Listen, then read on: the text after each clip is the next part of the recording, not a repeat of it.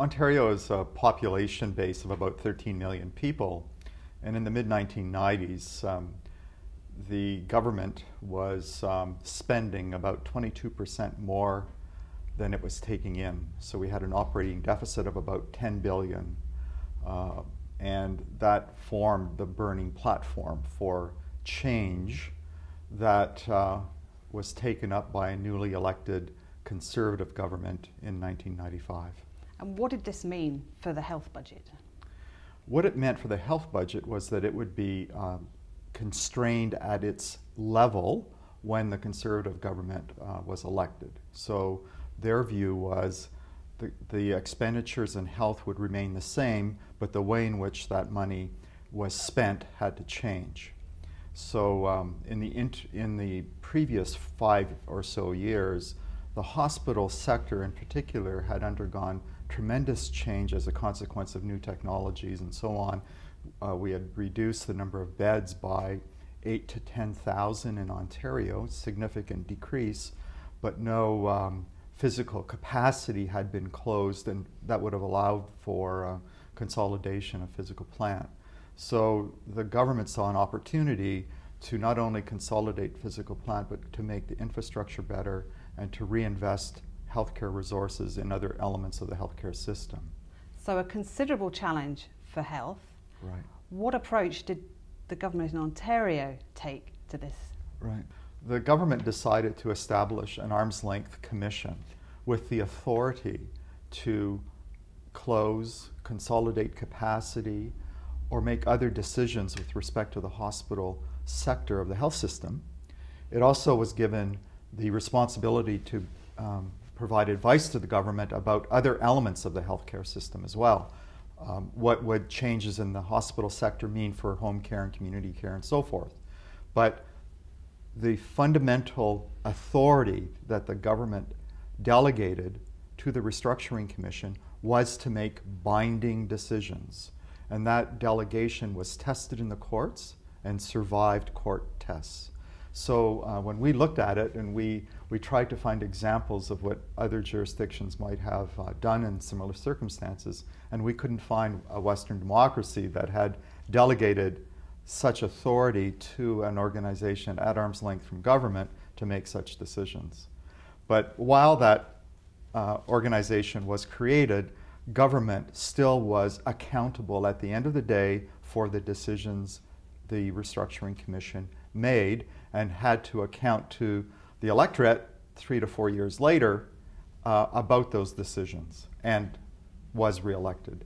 But nevertheless, you, as head of that commission, had to set about making some pretty tough decisions. What approach did you take to this, particularly about getting legitimacy for what you were doing? Right.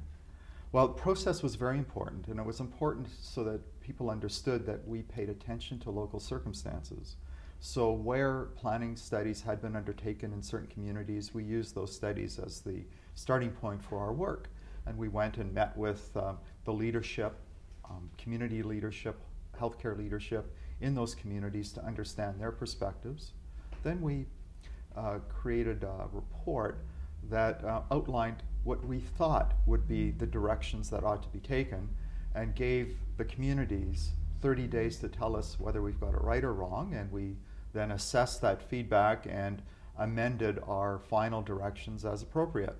And while we're going through this process, we're continuing to communicate through the media to the public, whether through editorial boards, through news reports, and so forth, because we felt that it was very important for the community to understand as clearly as possible what the vision was, what the purpose was, and this wasn't only to deal with the financial circumstances of the province, but more importantly, it was to create a better health system.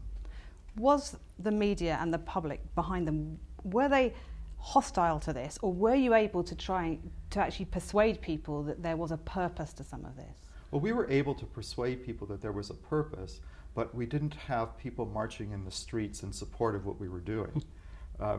You know, these are very tough public policy considerations and questions, and people are concerned, and they will likely reserve judgment until years after implementation to really determine whether or not they agreed with the decision taken. So We had support, but I wouldn't call it overwhelming support because these were very difficult. But what it proved was that you could make change in an element of society that politicians often tried to stay away from because they were worried that it was the equivalent of the political third rail. You know, if you touch it, you won't get elected. So in the end, how many hospitals were closed, merged, changed? Right. When we started, there were approximately 225 separate hospital corporations in Ontario, and by the finish of our mandate, our term, we were at 150 separate hospital corporations. We had directed the closure of approximately 30 hospitals, all of which have been implemented.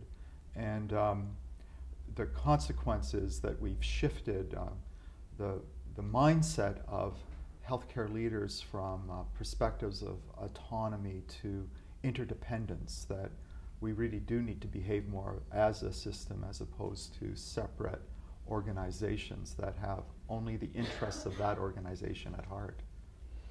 You've been here for a few days listening to the challenge that faces the NHS in England, which is meeting an immediate financial challenge and also trying to reform the system to make it sustainable in the long term. Based on your experience, what observations do you have about what politicians, healthcare leaders and the media ought to be thinking about now?